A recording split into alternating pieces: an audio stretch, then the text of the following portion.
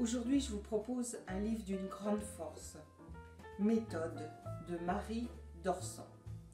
Alors ce livre combine deux éléments. Une écriture remarquable, littéraire, poétique et une critique sociale d'autant plus forte, d'autant plus percutante qu'elle est servie par cette écriture-là. Dans la vie, Marie d'Orsan est infirmière. Sa narratrice ici est ergothérapeute. Elle travaille dans un hôpital psychiatrique et elle tient aussi une permanence syndicale où elle écoute et conseille des soignants et des travailleurs sociaux. Dès sa première permanence, elle est très choquée par un homme qui vient lui raconter combien il est humilié quotidiennement dans son travail. Il est à bout, il veut se tuer. Elle ne supporte pas ce récit, elle est traversée par un mélange de révolte et de détresse et elle se met à tenir un journal où elle consigne tous ces récits, toutes ces situations qui la bouleversent profondément. On sent ici la compassion profonde de l'ergothérapeute mais aussi de l'autrice.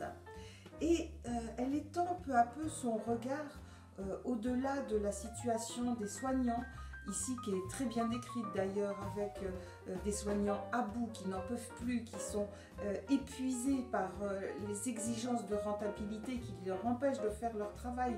Ils s'épuisent à soulager les autres et puis en vain, et ils manifestent et là aussi en vain. Alors cette situation est très bien décrite, mais le regard de Marie d'Orsan va au-delà.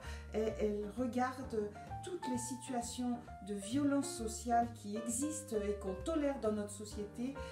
Elle croise dans la rue des SDF, ceux qui vivent sous les tentes, les migrants qui ne trouvent pas de solution. Le livre tient son titre d'un prénom, Méthode. Il s'agit d'un homme découvert dans un pavillon de banlieue, séquestré et étant tenu en esclavage.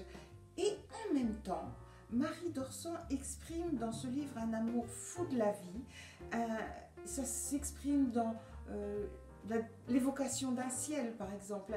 Et dans ce mélange, finalement, rend le propos vraiment très très fort, très juste, très pertinent.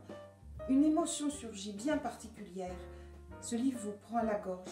Et c'est exactement ce qui devrait se produire quand on croise des laissés pour compte dans la rue. C'est ce qui devrait arriver à nos dirigeants pour faire évoluer ces situations.